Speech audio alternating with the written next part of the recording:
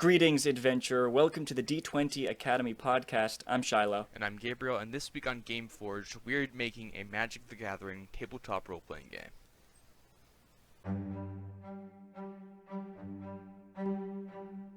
Hey guys, this week we're doing another Gameforge. Last week, our prompt was like our dream tabletop role-playing game, and we kind of ended up with something really cool. So go check out that one if you haven't already. Basically, in this series, during each episode, we kind of come up with the basics and the concepts of a tabletop role-playing game and how it would work. And this week we're doing one with Magic the Gathering, so that's pretty cool. Hey, if you're listening on Apple or some place where you can rate the podcast, it would mean a lot to us if you did that. It can help our podcast reach more people.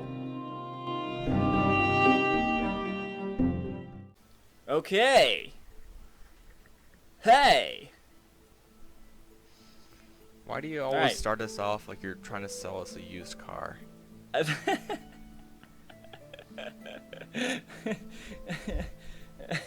That's actually, this podcast is just a front to sell my car dealership business.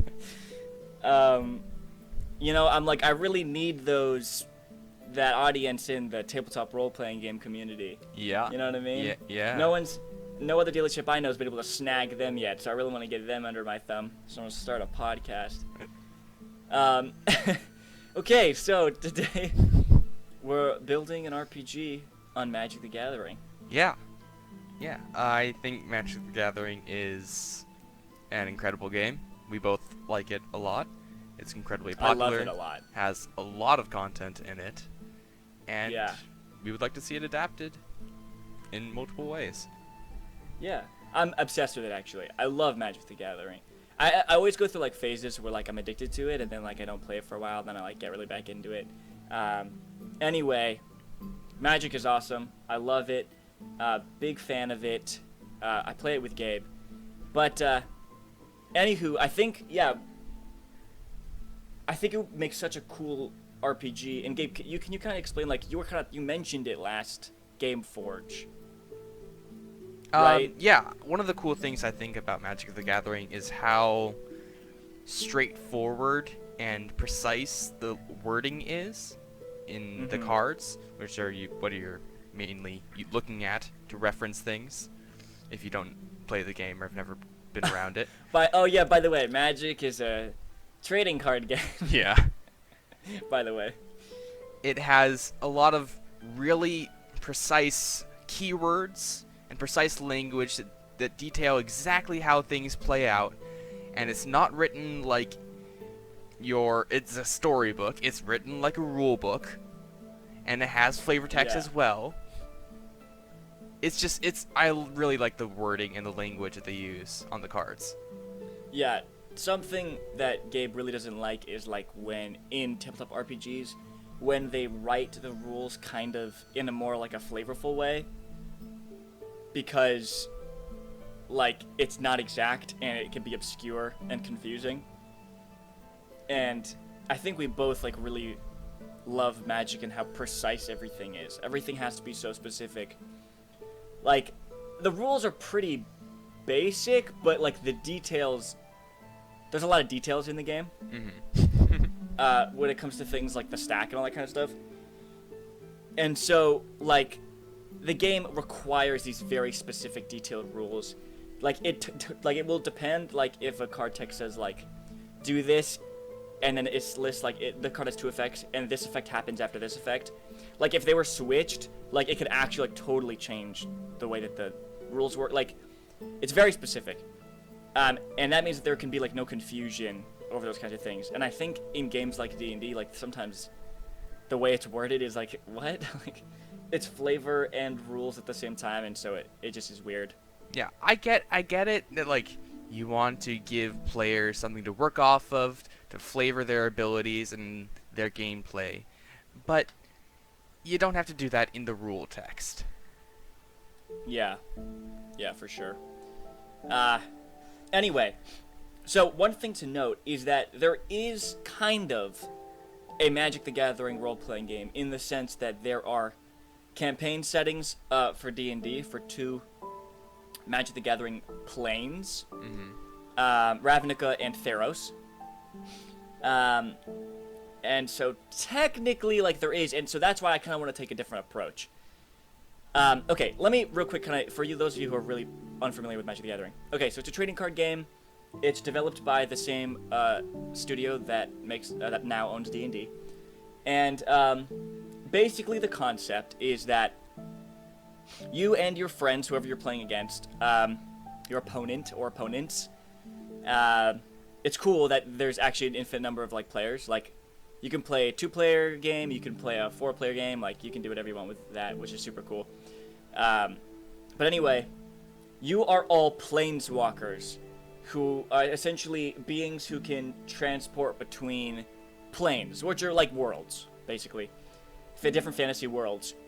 And over your adventures, you've gone to various different lands and encountered various creatures and heroes and learned spells. And when you sit down at the table and play the game, you're playing all these, like, spells that you've learned, like, you know, fireballs and summoning creatures and playing lands that you've encountered and that you've gone to in your journeys. And it's kind of like all this stuff that you've collected over your adventures, you're, like, playing against another planeswalker to try to defeat them. And so there's, like, all kinds of, like, monsters you can play, and then you can, like, you know, there's, like, all different kind of, like, spells to manipulate your deck, which is called your library, or, like, your graveyard, which is, like, your discard pile, kind of, and, like, where stuff goes when they die, and all that kind of stuff. And essentially each new set, they release about for a year, is set in a different plane.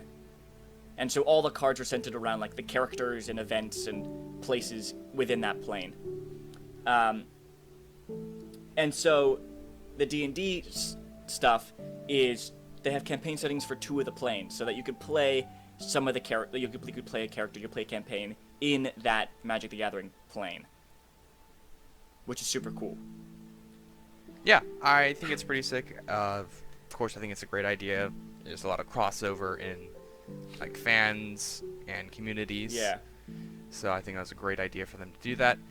But because that's already been done, we don't want to just make, okay, this is 5th edition, but all the spells are just renamed, or we just add Magic the Gathering spells.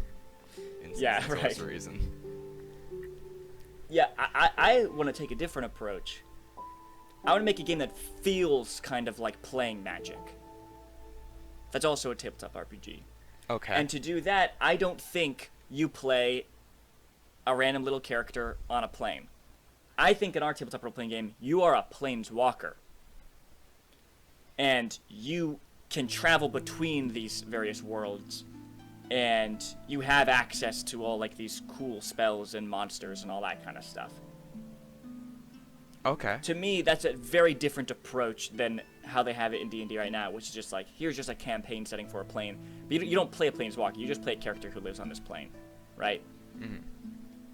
But, like, actually making a game where you're a planeswalker, you're, like, a pretty powerful being who can travel between worlds and, like, you know what I mean? Mm-hmm. Yeah. I think that's an interesting place to start. Alright, a couple questions, okay, that we have to answer. Mm-hmm. Just based off of that, as a planeswalker. Character progression then becomes harder to rationalize. How about that? Really? I feel like character progression is way easier to rationalize. Well, I mean, based on, like, where you start off, and, like, where do you start and where do you end? You know? Okay. Like, what makes sense as a place to start off when you're already someone who can travel between planes, and what makes sense as a place to go? You know? Sure. Right. I mean, okay. So I think it still is a game as an RPG that feels kind of like D&D. You have a party of heroes, and you guys grow in power, and you go on adventures and defeat villains and stuff like that, right? I think it still definitely lends itself to that. Magic, by the way, it does have a story. Each card set continues the story. And kind of the main story right now, well, I mean, not completely right now, but like the big story that was happening was kind of like an Avengers kind of deal. There was this group called the Gatewatch, which are essentially a group of planeswalkers that have formed together to protect the multiverse. from all the different threats. And so each set they travel to a new set. They travel to a new plane to deal with the threat there. And there is this villain, like this Thanos essentially behind the scenes pulling the strings, and eventually it builds up to this one big set where like they had to defeat him on Ravnica actually. But anyway, I think because that was kind of the story that was kind of going on. We were following this group of superhero planeswalkers and stuff, and they were all different, and they would pick up some new planeswalkers that would join the group every once in a while. And they were going to defeat this villain and his schemes over the course of these different worlds. And I think that kind of feels like D&D. You know what I mean? Mm-hmm. Like, I think we can still definitely build that kind of a game. I think it just is going to operate much differently. Because, yeah. Okay. So, we have to figure out where do we start, how do we progress, the general feel of the game. We want the feel of the party to be as like a party of adventurers, getting stronger to defeat something. We want to... What, do we want to incorporate cards in some way? Or do we want to... that's a... That's definitely a question. Yeah, okay. Like, the only concrete idea that I have is I love the idea of character creation being choosing your colors. Okay. And so, in Magic... can you explain the color wheel to our all right. people? So in Magic, each card, there are different colors. Okay, there's black, white, green, red. Am I forgetting something? Blue. Blue. Thank you. I hate blue. That's why I forget it. I love blue. And they all have certain features that they excel at. Let's say that. Yeah. There's certain things that they excel at. Each color has their own strengths and weaknesses as to what is available in that color, you know? Yeah. Like, you can get something that deals damage in, blue, but the red spell of that would probably be better, because that's something that's, like, in the wheelhouse of the red color, more so than in blue. Yeah. So most cards are one color, but some are combination of colors.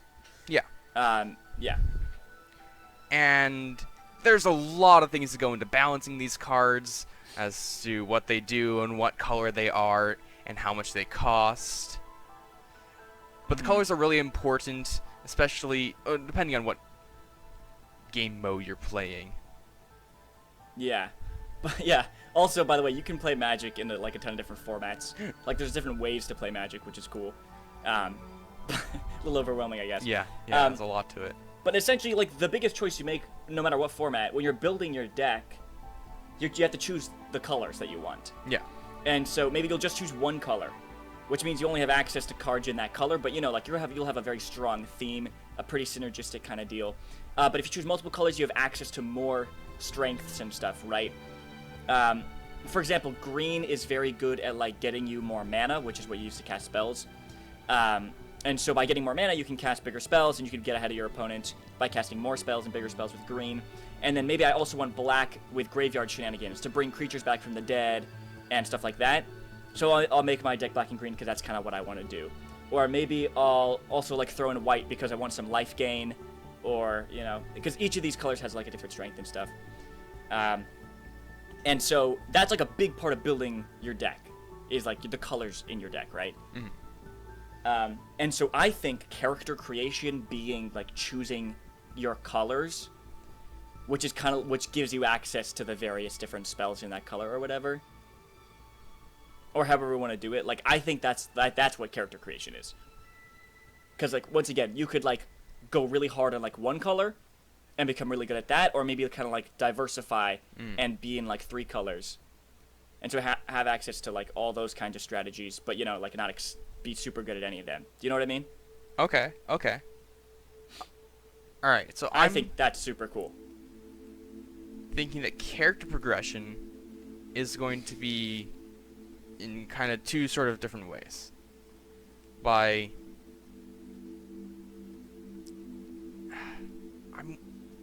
wondering if it's going to be,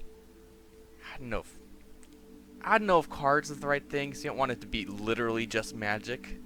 No, I don't think we have cards, but I Yeah. think we have things that are based off of the cards. Yeah, like spells, like spell slots or something.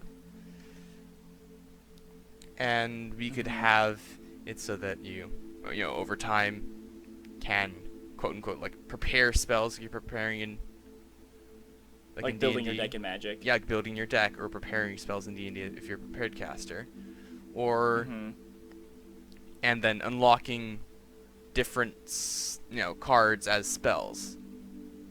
Exactly. Yeah. And also, by the way, instead we don't have spell slots, right? I mean, it's right in front of us. Like mana. Like you have mana points, and you have a certain amount of each color, right? So, for example, if you're just on blue, let's just say, I don't know the numbers yet, but let's say if you're just a blue planeswalker, your character's just blue, you start off with like 5 blue mana to cast spells, and then every day it resets, like, you know. But then if you want to be black and green, like you have to choose, I want 2 green and 3 black. But that means, you can't cast 3 green spells, or, you know what I mean? Yeah. By going into more colors, you have less mana access, does that, you know what I mean, of each color? Which makes things like really tactical in what spells you prepare for that day.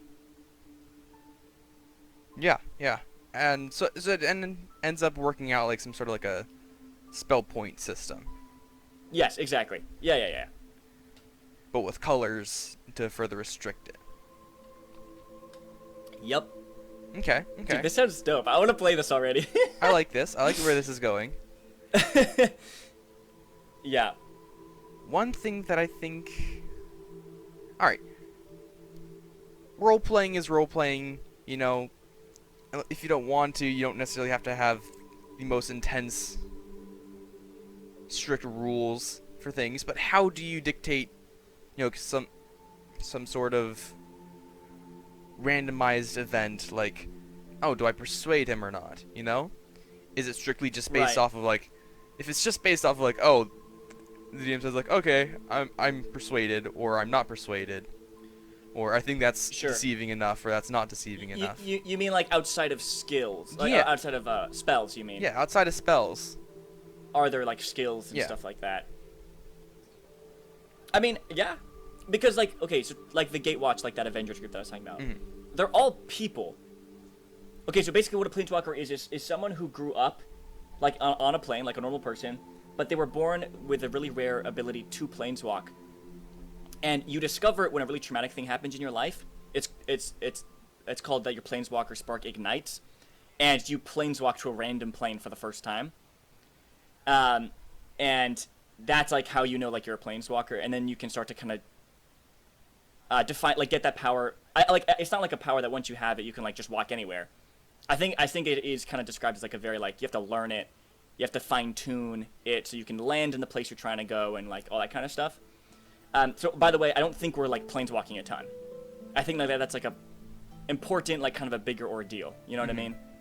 Just like how in a tabletop RPG, when you're traveling to a new city, a new location, right? Is going to be like that. So they are people. They're just kind of super powered people. But some fight with weapons and stuff, like normal. So how do we dictate that? Do we have skills and we roll dice? How do we determine when you succeed and when you don't? Yeah, I mean, that's a good question. What do you think? Okay. Should we figure out, like, the spells first? Like, is that more important? And then whatever system we kind of develop with that, the rest of the system is kind of based off of? Do you know what I mean? I think I know what you're saying. Like, if, for example, we decide, like, a D20 system, like, works really well, or that kind of thing with, like, the spells, then that's what we'll adapt to the rest of, like, skills and stuff like that. But, you know what I mean? Like, I don't know if, like, those should be two. I feel like those should be one system, and I feel like spells is way more important to develop, and everything can just be based around that system's concept. You know what I mean? Yeah. Okay. All right. So let's figure out how spells work. Okay. Easier said than done. Easier said than done. Right. Okay. So, planeswalkers are like really diverse in Magic. They're the different powers that they have. And once again, they never like really talk about it, but the original concept for the game is that you as a player are a planeswalker, right? And then like playing the lands and the creatures and the spells that you've learned over your journeys. And like that's not technically how it works, like in the story and stuff. But like, you know, some can like, you know, depending on their colors, do certain thing. Basically, the main 5 in the Gatewatch, the main 5 Avengers essentially, are one of each color. And so the red one, she's like a pyromancer, and then the black one, you know, she has like zombie armies and stuff. She can like raise people from the dead and like animate dead. And the green one has like a really big connection to Earth and can like summon elementals. So like when in regards to like, you know, like playing a creature in the game is like your planeswalker is summoning a creature. You know what I mean? I feel like we don't go that route. I think we make it more like how it is in the story, and kind of more like D&D. Like, some spells, yeah, summon creatures or whatever. Do you know what I'm trying to say? All I'm hearing is that you don't like summoning spells. No. Yeah, I get what you're saying. I get what you're saying. We already know that I don't like summoning spells. But, like, can we develop a system where summoning spells is not irritating like D&D? You know? But once again, like, I think that should only, like, be in certain colors, like green. And it's not like you're just summoning, like, animals and all that kind of, like, goblins. You know what I mean? Yeah. Like, how in the game, like, playing a goblin is like you're summoning it. Like, no. Like, you're not summoning another person. But, like, if you're summoning, like, an elemental or, like, animating dead, like, that's different. Okay. You know, a lot like that Magic Legends game, you know? That we played 2 minutes of? That we played 2 minutes of. Like, you're not, like you're summoning, like, rock elementals and stuff. Like, you're not summoning, like, people. Like, soldiers, you know? Even though, like, those are creatures in the game. Alright. So we've narrowed our focus a bit. Gives us a direction. But we have no idea how this works. Yeah. Okay. Question. This kind of mana concept, right? You have certain colors of mana and stuff. What do you think of, like, a dice system where, like, the symbols on the dice are, like, the different colors of magic? And, like, you roll those to, like, see if you can cast a spell or whatever. Something like that. Okay. Like, is that kind of tight? Okay, and then, for example, Yeah. and then if we take that system, then then being able to, like, translate, like, that same core concept into, like, skills and stuff. Like, what if the number of a skill is how much dice you roll, and if you roll, like, your color, like, you succeed or whatever. Do you know what I mean? Like, I feel like we can kind of translate that also, like, into a... Alright, I've got a couple basic system. problems with that. Yeah. If it works like that, where you're just rolling one dice that has, or like a number of dice that have all of the colors on it, then playing with multiple colors is just I know. better. No, I wasn't saying that's how it should be. I'm just saying, like, something like that. I'm just trying to take that down the logical path of, if that, then what? So. But, you know, what if, like, every turn you roll an amount of dice equal to your level or whatever, and, like, the symbols you get is, like, what you can spend on, like, your spells? I don't know. Is that weird? Because, okay, but then also, like, then I think at that point there needs to be specific dice that are just, like, all green or whatever, because, like, if you want to choose one color... Yeah. The point in Magic, choosing one color, the reason why that's a good idea is because, like, you'll always be able to cast a spell. Because if you have multiple colors in Magic, sometimes you may not have anything that produces a mana of a color you need, so you can't cast spells of that color. But if you're playing just green, all your things that produce mana just produce green mana, so you can cast all your spells. Do you know what I mean? Anyway, we have to figure something like that. I'm just saying, is there a room for, like, a dice system where, like, the dice have the magic symbols on them? That was just my idea. So we can just mull over it. Okay, what if it was like this, okay? There's a dice, there's a die for each of the colors. Mm-hmm. With, symbols ranging from 0 to, whatever. 2, 3. And you can roll an amount of these dice equal to, I don't know what, your level or something. Okay.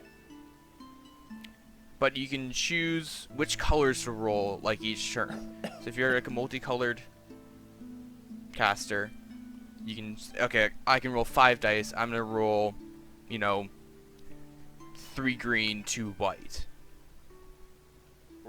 You know? Right, but you'll always have the color you need, though. It's just the amount of colors, you mean? I feel like that's like not a ton of risk. Do you know what I mean? I mean, like, you can roll, like, the dice can come up blank.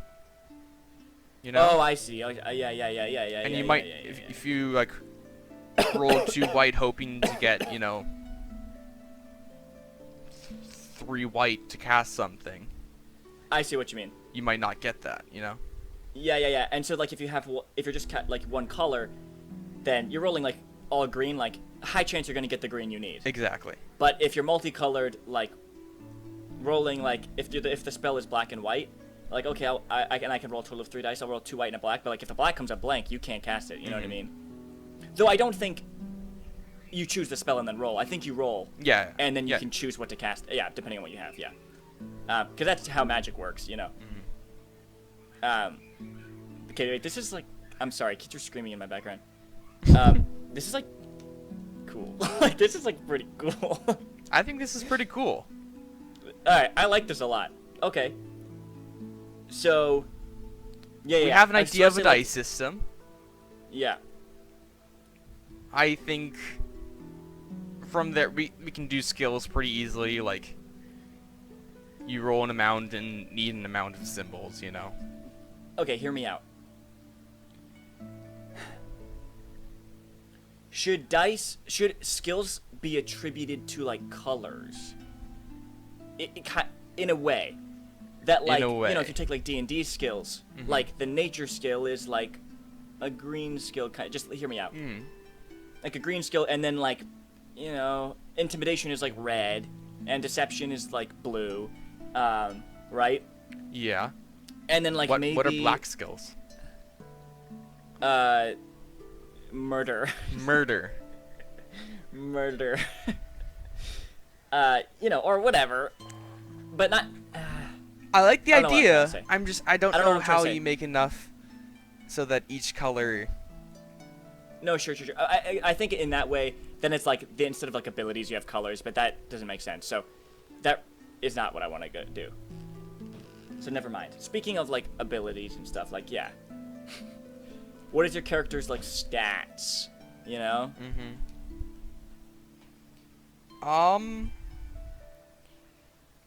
Maybe they... Hear me out.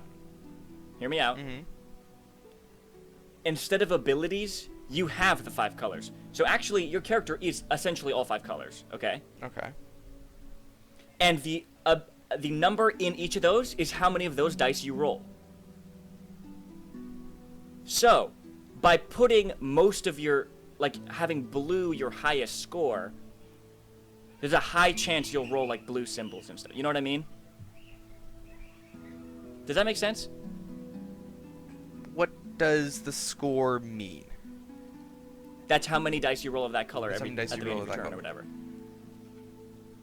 So, like, you can have, like, black and blue, like, the highest and, like, pretty equal, because you like to cast both those spells. You know what I mean? And, like, if you have, like, a 1 in white, red, and green, like, you roll those dice just to pay for, like, generic cost, like, not colored cost. You know what I mean? But then, like, if you, like, want, like, a high number in blue, you're going to be casting mostly blue spells, because you'll have a lot of it. Does that make sense? Okay. Like, is that kind of a direction we can go? I think so. And then, like, with the skills, if they're attributed to a color, kind of like how skills are in D&D, then like you roll the amount of dice equal to that skill, you know, that like an attribute, and then like you can, you know what I mean, or something like that. The DM can. Yeah, is it too weird that like your character is in a sense like all 5 colors, or like, do you think that's fine? Because I think also like when you choose your repertoire of spells, you don't have access to every single spell. And so you're just going to be choosing the ones of, like, your highest scores. So, like, essentially you really only are casting, like, black and blue spells. Or whatever. You know what I mean? Yeah. I guess we can roll with that. I think that works. I'm trying to think of the downsides of a system like that. I think that... I think that's better, too. And then also, that means in character progression, when you get to the equivalent of an ability score increase, like, you can begin to essentially multi-class and begin to increase your score, like, in white if you want to start adding, like, white spells. So you're not, like, stuck in to the colors you chose at character creation. You know what I mean? I think that's cool. Yeah. Okay. So then how do... We also have to determine how many spells you have. Do we have like a character level? I mean, yeah. Okay. I think so. I don't. Yeah, I guess so. Unless just like have a table that dictates how many spells you can. Yeah. All right. Yeah.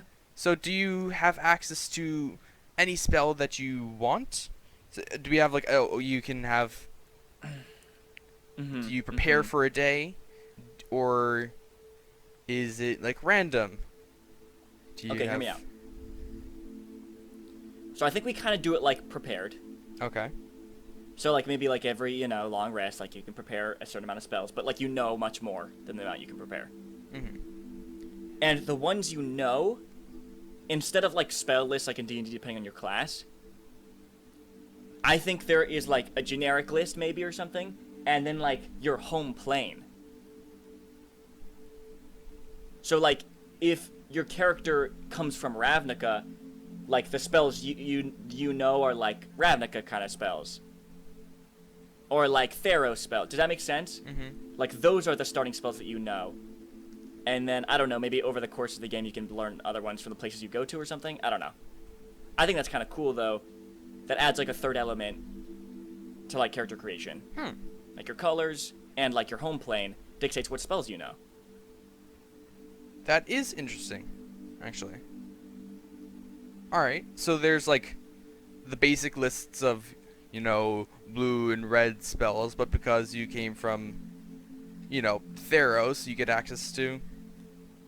Yeah, some Theros-specific blue and red spells. Or, I mean, like, Theros-specific spells of all colors. Yeah. But, you know, you're going to choose the one, yeah. Okay, and also, what's cool is that every time you level up, or whatever, however we choose, like, that you learn a spell of a plane that you've been to. So now you can choose once again, like, you know, like wherever the campaign starts or whatever, like now when you level up, you can choose a spell from that spell list to know. You know what I mean? And that means like traveling to like new places, like it's kind of like you're picking up the knowledge and like, I think that's cool. Yeah, I like the idea of as the campaign progresses and you go to more places, you know, accumulate knowledge from those places. Yeah, you don't get access to suddenly like all the spells on that list. You know what I mean? But like a couple of them, like I think that's interesting. Yeah. Okay. And that's like that's very story specific too, which is cool. You know? Yeah.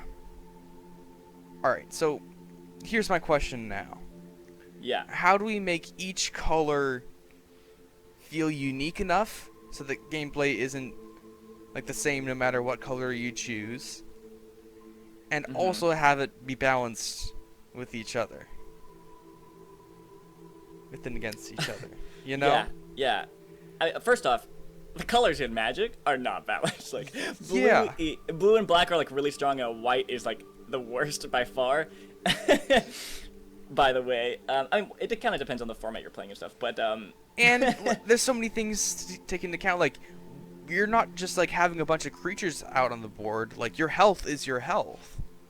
It's not some creatures that you've summoned for most of the part. For the most part. yeah. You know, yeah. I mean, yeah. I mean, that's something you have to figure out. That I don't think we can dive super deep into like the details of that. No, but I think we should get an idea of how Sure. does combat work. Yeah. Okay, that's a good point. I think we should figure out how combat works. I mean, yes, you can cast like spells out of combat and stuff or whatever, but okay. So first we have to figure out like when do you roll the dice, right? Like at the beginning of your turn. But that just means you can cast an infinite amount of spells, right? So even outside of like that makes sense in combat. That's balanced and fine because you know. But outside of combat, you can essentially cast an infinite amount of spells, right? So we do have to figure that out. When do you produce mana or whatever, right? Yeah. And yeah, I mean I think we have to figure that out first.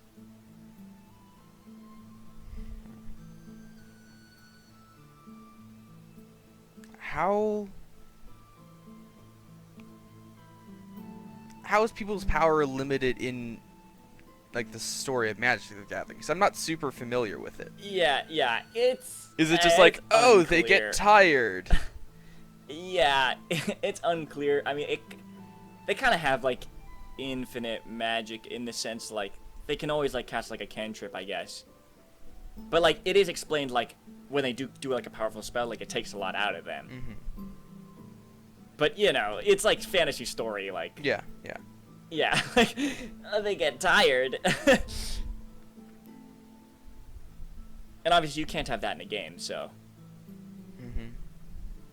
No, like for every spell that someone casts, they have to take an amount of like downers or something, like sedatives. Yeah, okay, do you have like in 4th edition like the healing surges? Like you have an amount of times you can like produce mana, like roll dice. You know what I mean? Or like, you know, like I don't know, that's like another resource then.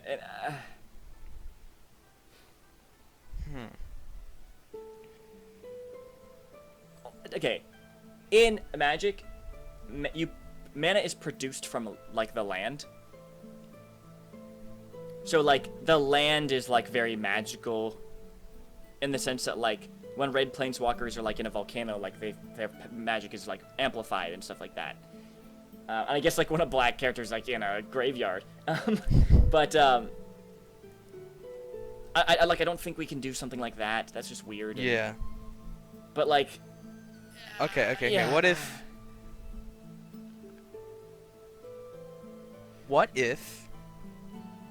Okay. You know, like you have the colors as like your different abilities. What if that's not the amount of dice that you roll, but rather the amount of dice you can roll? The max amount you can roll, okay? And for casting spells, each day there is a max amount of dice max total amount of dice you can roll. You know what I'm saying? Like if you're trying to cast like a really big spell, you know, that costs a lot of mana, you can roll. You try and like roll the max amount of dice that you can roll. You know, so if you have like a 6 in red, you can roll 6 dice. Yeah. But you have a max amount of dice you can roll each day. So by rolling more dice to try and cast a more powerful spell, you're using up your resource. I see. So there's low-key like another resource pool, not really, but like a hit point maximum, right? There's some kind of like maximum, and every time you roll a dice, you track your current. Let's say it's 10. And so you roll 5 dice to try to cast a spell or whatever, like you have 5 left for the rest of the day. Okay, but then in that case, what's the point of the other colors? Because you're just gonna choose the colors that you need. For the skills, right? Yeah, I guess so. But I kind of like the idea that like you were rolling like the dice for like each of the colors. You know what I mean? What do you mean? I don't know. It just in that way, like if you are like mono red, like you're just rolling like your red dice and stuff. Mm-hmm. Every time. For your spells. Yeah, but I don't know. I kind of. I mean, I guess that's fine. I was kind of thinking like, let's say in a different world, it worked like at the beginning of your turn, you just roll all your dice, right? Mm-hmm. And that's the point of having, of like your scores, being careful with where you place your scores. You know what I mean? Because like you want to make sure that you have enough blue and enough black to cast the spells that you want, and you're also just rolling like one white dice, one red dice, one green dice, even if those aren't your super colors, and you can just spend those like for generic or whatever.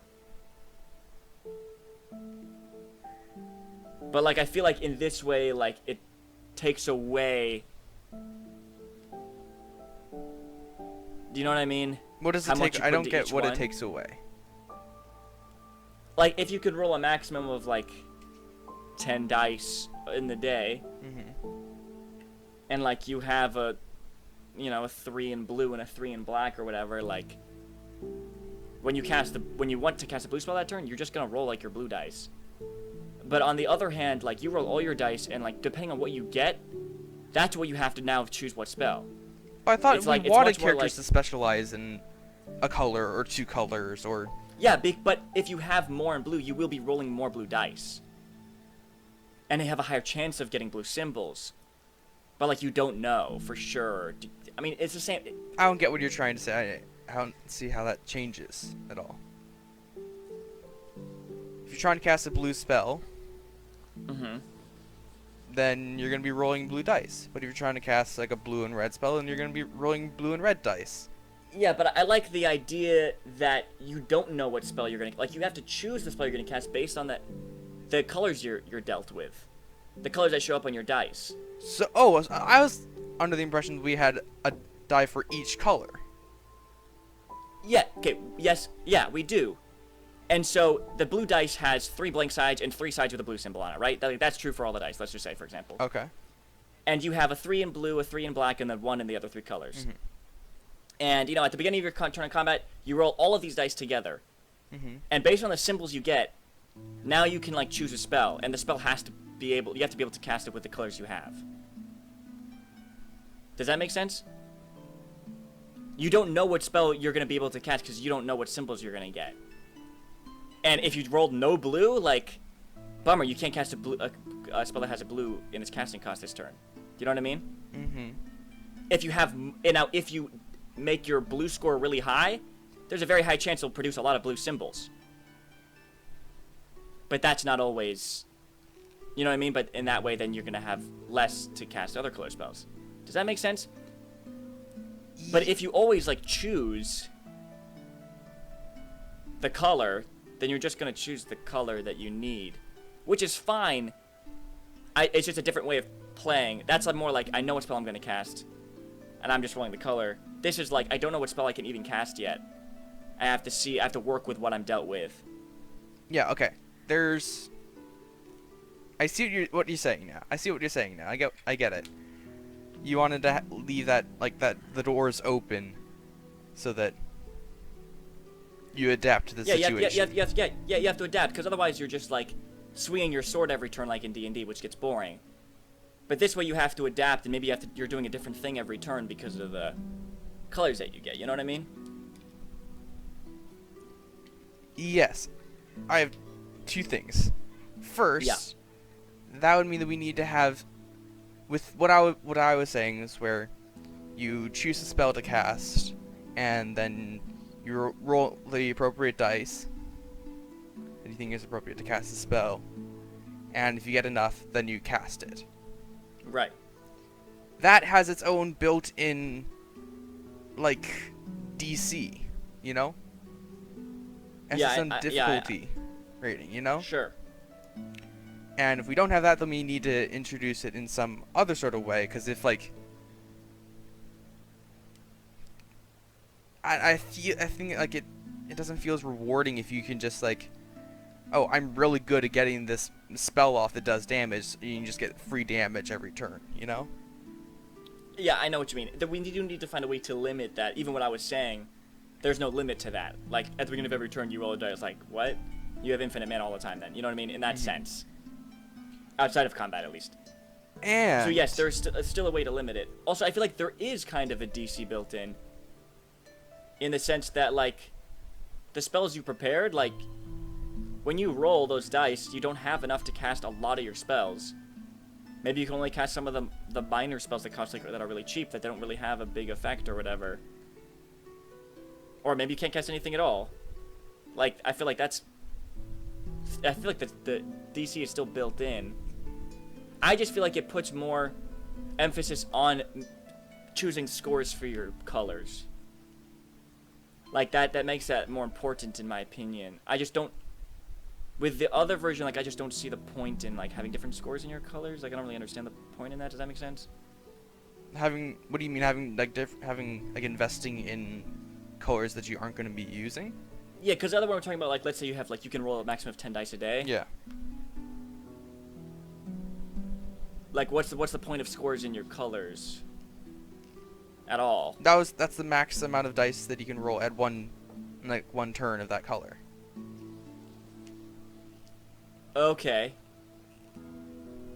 Okay. I kind of see what you're saying.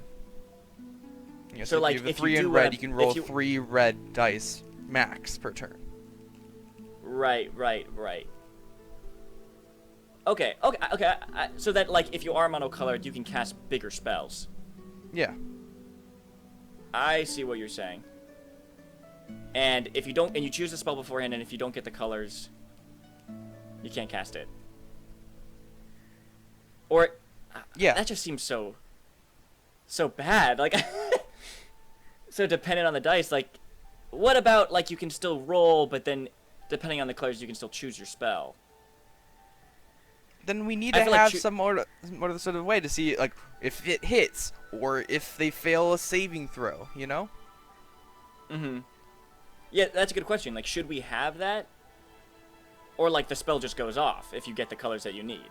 But then, think about it on the other way around. You know? It kind of feels bad that, like, you have no way of avoiding an attack. You know? No, sure.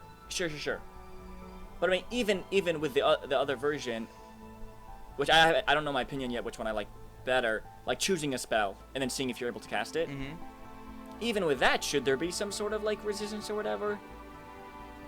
No, like the amount that you need to be able to cast it is like rolling to hit. That's what I'm saying. Yeah, so that is like the DC. Yeah. Okay. Yeah. And I get what you're saying, like, oh, how does that devolve into I swing my sword every round? And I think that just comes down to how unique and applicable we can make each spell, you know? We don't want to just making a lot of damage spells.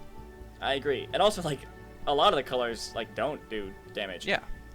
Yeah, because I think your character also has, like, weapons and stuff, you know? Because at the earlier levels, right, you only have a maximum of rolling 10 dice a day. You can't cast a spell every turn in combat, like, you know what I mean? Yeah. So you do have to, like, have other things. I was also thinking, by the way, in Magic there are, like, artifacts and, like, equipment and stuff, and, like, things where, like, once it's on the battlefield, you can pay mana to, like, activate its ability. So, like, what if you can also spend your dice to, like, activate abilities of magic items and stuff you have? Yeah, exactly. I think that's also pretty cool. Yeah. I think that's something we could definitely do. But, okay. Okay. I like this. So, spell-wise, depending on your level, you have the max amount of dice you can roll a day. Yeah. And when you want to cast a spell, you can only roll a max amount of dice of that color equal to the score in it. Yes. Got it. And you have a certain amount of spells you know, and a certain amount you've prepared. Okay. Transitioning to things like weapon attack skills. Yes. How do we translate this dice system to that?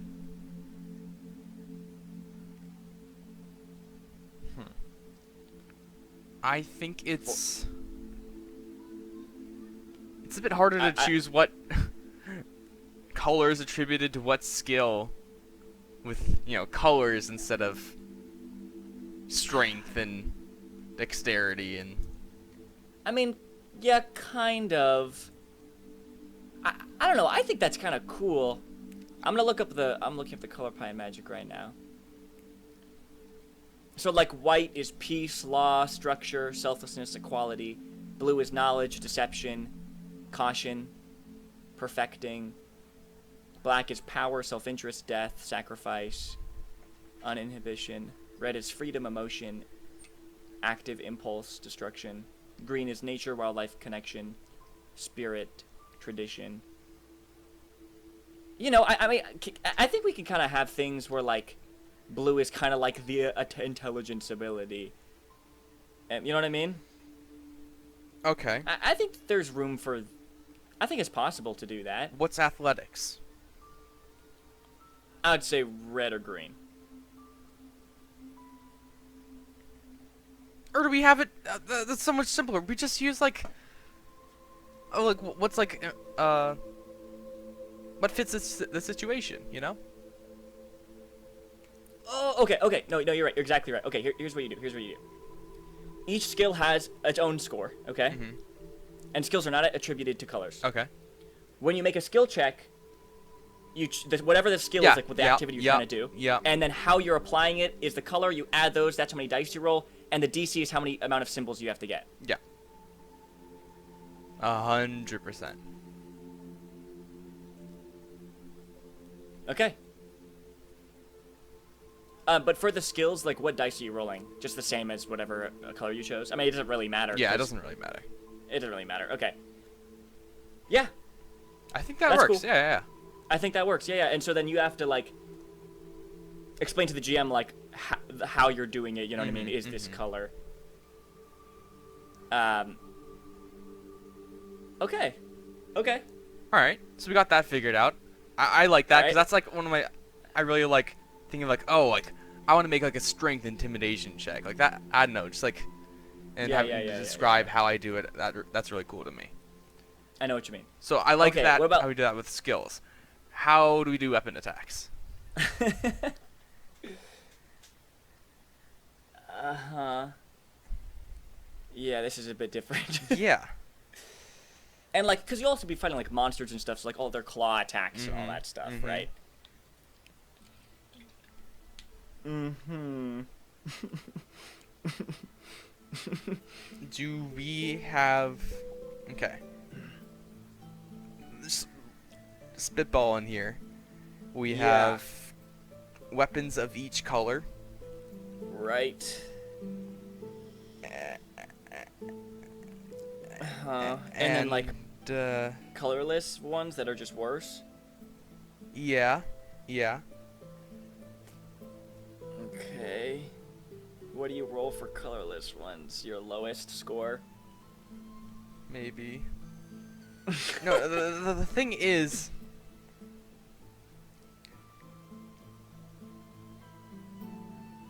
How do we make it difficult to hit? Yeah. Is yeah, it no, like, well, I mean, the DC... like a DC, Okay. like an armor class, right? That's what I was thinking, but... What if instead...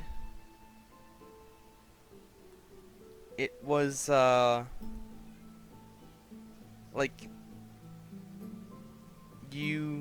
Each, like, weapon has... like a cost, like a spell, you know? Mm-hmm. And then enemies... Oh, that's the to hit. Yeah, that's the to hit. And the way that it changes, Okay. like, per enemy is that... you know, harder enemies will have things, like, say, like, on their stat blocks, like, requires... You know, +2 to hit. Okay. Sure, So you'll be able to pay the cost and more. Okay. What dice are you rolling? The same dice. No, but I mean, like, how many like, how do you choose how much dice you're, like, what color or whatever are you rolling? You know, you just you do. The only way I can think is if every weapon has to be a color, Yeah. and you just roll that weapon's color. Yeah. I think in that case, you don't have a weapon has a cost to activate. I think you just have an armor class in that point. Okay. And you're trying to get an amount of successes equal to the armor class. Sure, and if we want to make it exactly like skills, we can also have... There's, like, different weapon skills for, like, heavy melee and light melee and stuff, and you also add that. Just like how in skills, you also add the skill. Do you know what I mean? Yeah, sure. Yeah. Okay, and then enemies can have vulnerabilities and resistances by color. So By if you're hit color, by a green yeah. weapon... Yeah. So if it's like a green monster getting hit by a green weapon, doesn't do as much. Than like a red one, which hurts it, you know, or whatever, Yeah, right? yeah. Because fire hurts trees. Okay. Okay, and then I guess weapons can also have like your option of color. Yeah. Okay, but what about multicolored weapons? Then do you roll both colors? Are there just not multicolored weapons? Okay. What if we change skills up so that it's not? Wait, no. Never mind. That doesn't work. Or like if it's multicolored, that just means you can choose which color. But then again, being monocolored is just so much more advantageous because if you're attacking with a red weapon, you get 6 dice. But like if you're black-blue, at least when you have a black-blue weapon, you're combining both your black and your blue, which is like 6, you know what I mean? It's like the same as the red. It's just, this is so hard. Yeah.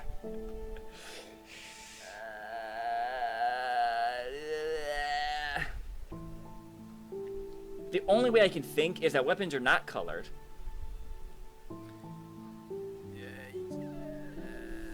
No, that doesn't work.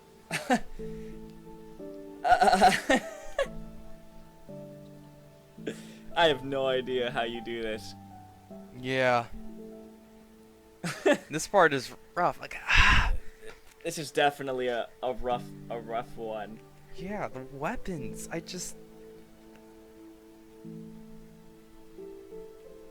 And that just doesn't make sense that like the weapons are colors too. Like certain ones can, but those are more like magical items, I'm thinking.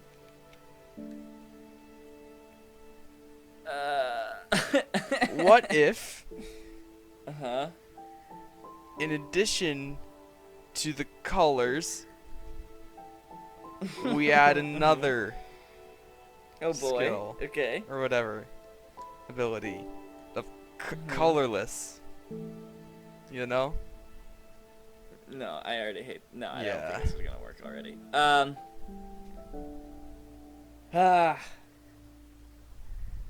That's a toughie.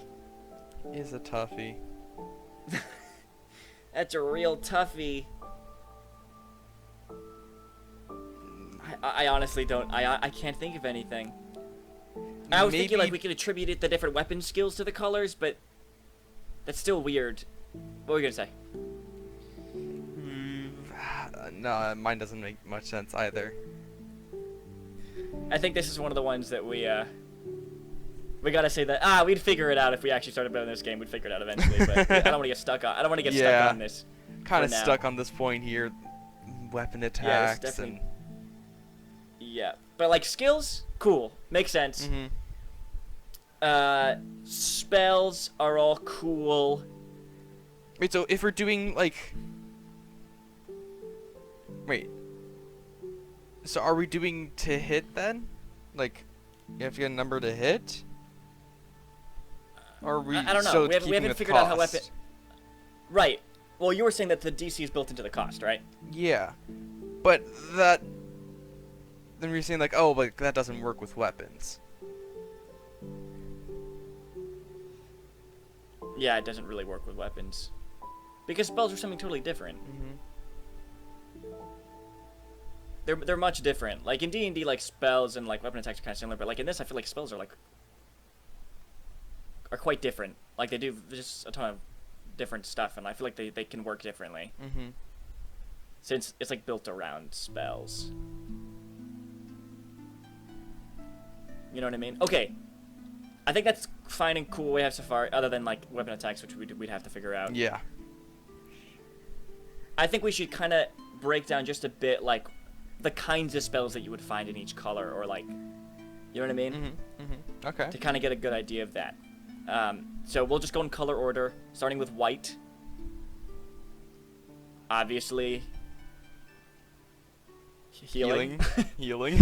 Healing, for sure, is, I think, a big one. White also has a lot of, like, in the game, has a lot of, like, I don't know what to call these. So the only thing that's in my head right now, which is not completely appropriate to this, is, like, neuter effects. Essentially, effects that, like, stop, like, you restrain a creature from attacking and blocking. Yeah. Or from activating abilities. Like, you neuter them. You don't destroy them. Or anything like that. You're just, like... It's prevention. Yeah, it's prevention. So I feel like shield spells... Okay. that maybe affect weapon attacks and stuff like that. Mm-hmm.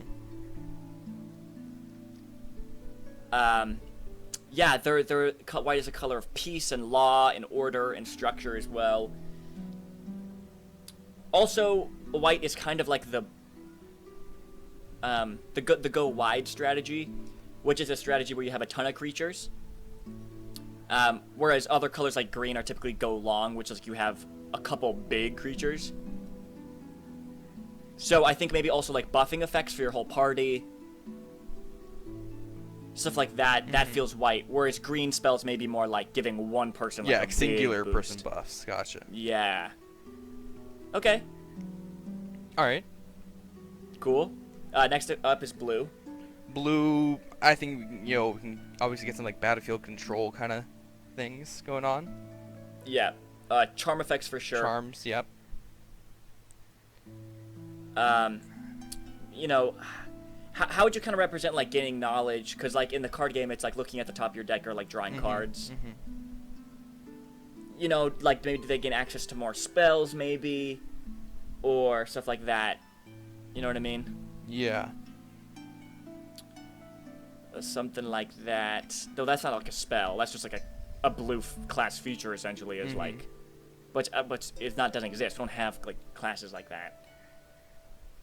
Is it too late to add like a hand?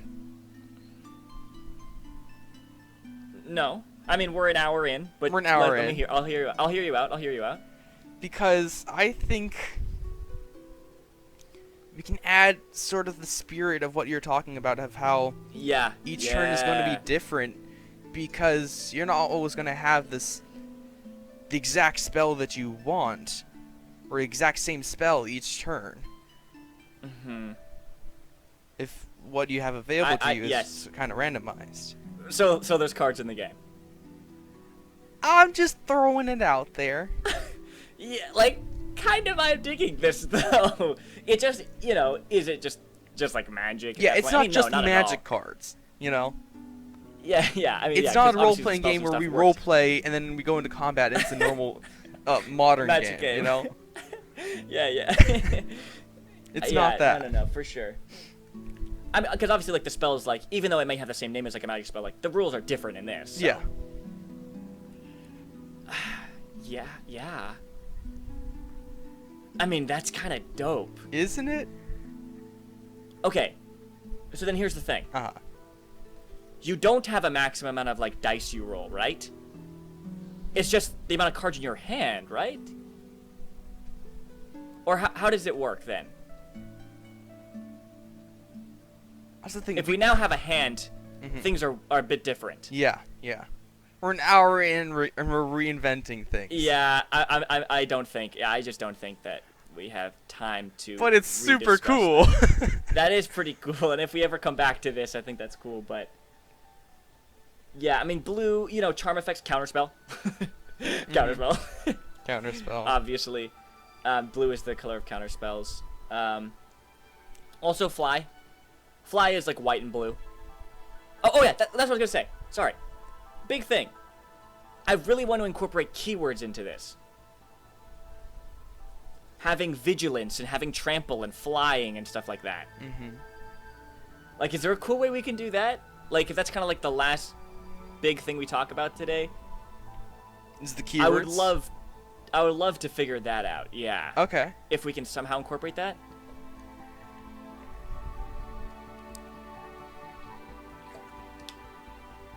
Huh. Oh, but just to finish going down the list, so we don't like. Yeah. You have black. You sacrificing your own life to do things, and animating dead, and necrotic things. You know. Also, black has a lot of like destroying creatures. Is really easy for black, but like, you know, you can't really do that. Yeah. I mean, I guess just like damage. Something like that. Something. Black's a little rough for me. Mm-hmm. Red, pretty obvious. Damage dealing things. Yeah. And they're also the color of like hasty creatures, so like, you know, very fast things. Mm-hmm. I mean, like damage. I don't know. I'm not a big fan of red, so. And then green is like ways of rolling extra dice, right, for more mana. Summoning big elementals. You know, red can summon some like little fire elemental stuff as well. I guess all of them kind of can. And you know, yeah, green is like big stompiness. Big stompiness. All right. Sure. Okay. My mind is moving to the just keywords. still on how a hand or deck would play out. Oh my gosh, it's actually so cool. Maybe we should do a part 2. Yeah, But, maybe this is like version 1. This is the version. We'll come Version back to this A. later, and we'll revise it. But finally, like keywords, I'd love to figure out how to incorporate keywords into like a role-playing game. No All right. idea how. Yeah. Fly is obvious. Because then I want spells that like give creatures those things, right? Yeah. Like give people those things. Like that's cool. I don't think Death Touch works. By the way, for our listeners, in Magic, if you have Death Touch, as long as you deal 1 damage or something, you kill that creature. Yeah. Uh, So I don't think that works. or, hey, never say never. I think we just have to figure out how to make it work. Figure out how to make instant. I mean, okay, because here's the thing. Dying. A lot of these are really weird. A lot of these are weird. How to Yeah. incorporate trample and vigilance. So we do have to think out of the box here. And so I feel Trample like is we like figure out a way even if something. The way we incorporate trample is like even if something fails to hit or something, it still deals some damage. Well, trample isn't necessarily like spells don't have trample, but people do. Mm-hmm. So what is like a person with trample? Like I feel like that would apply mostly to like the weapon attacks and stuff, Yeah. right? Yeah, I think it means like Is some there- of the damage is there goes like a through. Yeah, is there like a soak in this game maybe that you get from like the armor that you're wearing or whatever? And like white is also good at like improving your soak. Soak is, by the way, from like the Genesis system, which is essentially like every time you take damage, you reduce it by a certain amount. And maybe we could also incorporate like color soak. Yeah. Like that's what resistances are and stuff. Mm-hmm. Okay. But like trample ignores soak. Or it just works like Pierce, yeah. Yeah. Okay. Trample, vigilance. What the heck is vigilance, man? I don't know about vigilance, dude. Because in the game, it means basically if you attack with a creature, you can't block with it. When your opponent's on your opponent's turns. So vigilance means that even if you attack with a creature on your turn, you'll still be able to block with it. Mm-hmm. So what the heck does that do? Maybe we don't have enough time for this. Yeah. And then what else is there? There's haste, Mm-hmm. which means that a creature can attack the turn it comes down. Usually you can't do that in Magic. A creature with haste just gets a bonus to initiative. Bonus. There's haste. Yeah, I guess bonus to Flying. initiative. I mean, flying I feel like is obvious. Yeah. You can fly. Lifelink means that when the creature deals damage, you gain that much life. That makes sense. Yeah. Life link's With dealing fairly damage obvious, I with, think. with your spells and weapons and stuff, yeah. Yeah, Death Touch is definitely hard. And then there's Hexproof, which means you can't be the target of spells. Yeah, I don't think that one's making it. I disagree. I just think it's like very limited. Okay. Like you have hexproof for 1 turn. I don't think that's out of the question. You know what I mean? I mean, okay, we have to change it though, because like hexproof in Magic the Gathering, the game, the card game, things can still be attacked. You know? Yeah. And just like in this, you could still be attacked with weapons. You just can't be targeted with spells.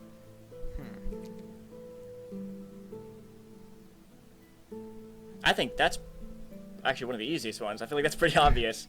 No, I agree. It's obvious. I'm just saying, like, is it balanced? It's strong. It's strong. Yeah. For sure. Which is why, like, you have to do it in small doses, right? Yeah, Death Touch, Flying Visions. I mean, that's kind of... Is that all of them? There's also, like, special ones for each set, but, Oh, Double Strike, First Strike? Oh my gosh. Oh my gosh. Yeah, so it's Death Touch, Defender, which is a creature that with Defender can't attack. Double Strike, I'm not going to explain. It's really good. First Strike is a little bit worse than Double Strike. Flash. Oh my god. Okay, there's so much stuff. Indestructible. Wait. Oh yeah, by the way. Oh, Menace. Menace. Sheesh, Yeah, there's so many things. Oh my. Reach, Trample, and Vigilance. Alright, I think Vigilance. What if... like... attacking? Or like using like a damage spell? Means that like attacks against you disregard your soak until end of turn. Or until your turn, you know? Okay. Okay. And then Vigilance means that like you don't do that. Yeah, I think we gotta rain Yeah. check the keywords. Cause I would love to put them in here. For sure. And figure out a place for all of them. It's just a little difficult. Yeah, and these things take I time. feel like, for sure. But I think we have like a core. Yeah, I think we have an interesting idea here. Yeah. And we have Why an don't you kinda interesting recap- secondary idea too. Can you kind of like recap Alright, like everything that we've kind of talked about? so you have different attributes, each attributed to one of the colors in Magic the Gathering. You have a score in them. That is the max amount of dice you can roll of that score, of that color. When you start to cast a spell. Yes, when you're casting a spell. Yeah. And the dice of that color are what? You mean like how many sides do they have? Yeah, but like is it like it's 6-sided dice like 2 blank and then like 3 1 and then like 1 has like 2 symbols or something? Yeah, something like that. Okay, cool. Then, to cast spells in this version, which goes hand in hand with attacking with weapons, spells have a cost, and you choose. Wait, right? we didn't figure out attacking with weapons. No, I know, but I mean like, you can attack like it's not just spells. Spells aren't the only thing in the game. We didn't figure out weapons though. Yeah. You have a cost. Spells have a cost. You choose amount of dice. For each dice that you choose to roll for a spell, you subtract that from the max amount of dice that you can roll per day for spells. You roll. If you get enough symbols, the spell goes off. Which is what we have so far for spells. I have a question. If you don't, are the dice expended still? I think that's a balancing question, but anyway. That is a balancing question. And yeah, I don't know. We still have a lot of things to figure out. Yeah, and the spells that you know are from a generic list and also from your home plane. Which I think is really cool. And we'll let the story go into different places and let you take things from those places. Yeah, and then it's just like D&D or any other kind of like adventure-based RPG. you form a party. At the beginning, you maybe all just recently ignited your Planeswalker spark, right? Maybe you still have no idea kind of what's going on. Mm-hmm. You don't exactly maybe know that you're a Planeswalker yet, or like how to even use your Planeswalking power. And just like D&D, you're all start on the same world, and you know you go on adventures, and then you guys begin to planeswalk to other places. Essentially, though it is kind of like other worlds, it's just like in D&D, like traveling to other locations, you know, essentially, other like continents or whatever, and you know, doing stuff there, and just like D&D, go on adventures, and maybe there's like a big bad that you're trying to follow the plot, and as you level up, you get access to more spells and more powerful spells, and you can increase your colors so you can cast more powerful spells. This is like the most unenthused, like, description ever. Like, we just spent like an hour and a half, like, brainstorming ideas with such like passion and intensity, and then we're like, yeah, so you like do stuff. There might be like a big baddie at the end or something. You like travel different planes, but it's like going to a different continent. Oh, we also have to figure out like if we can like cripple like graveyards. Like once you expend a spell, you've used it up, but with black you can use it again. Anyway. Yeah, so we'll figure that out or something. Anywho, this is a cool skeleton. Like this sounds awesome. Yeah. I know I was talking with a very uninspired voice, but this like is so cool. Yeah, I think this is really cool. If you work at Wizards of the Coast, and you're listening to this, why? And then secondly, hire us. Hit us up.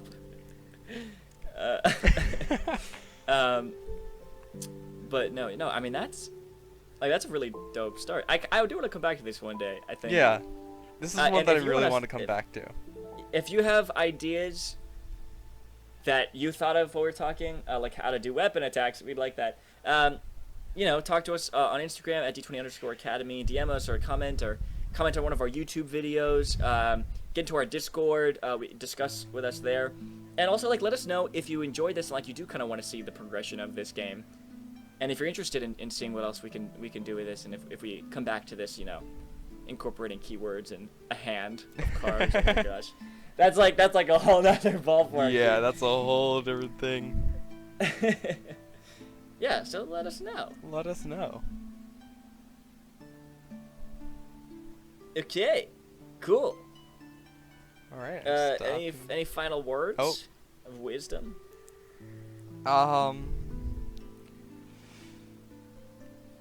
In a theoretical future where this game exists,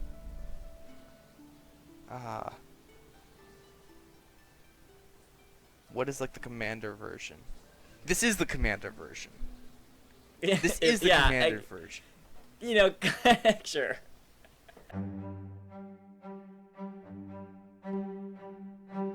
Hey guys, next week I think we're doing a class rebuild. Not next week. Next episode. Next week. Next episode we're doing another class rebuild, I think. Which is on what? Rogue. Woo hoo hoo. It's a rogue. That's exciting. It's a rogue's turn. It's a little roguey rogue. Yep, that's what I like to say. Yeah. my right, you guys, rogue. Nice. Please review us on whatever platform you're listening to this podcast on. And review us and favorably. share it with your friends. Yes. Oh yeah. Or review us bad. Yeah. You know, I guess could. if you didn't like it, I guess. But if you didn't like it, why are you still listening to us an hour and 20 minutes in? All right. Okay. Bye-bye. Until next time, play a Mystic. Till next time. Play a Mystic. It's like the 5 colors of magic, and then the mystic color. Okay.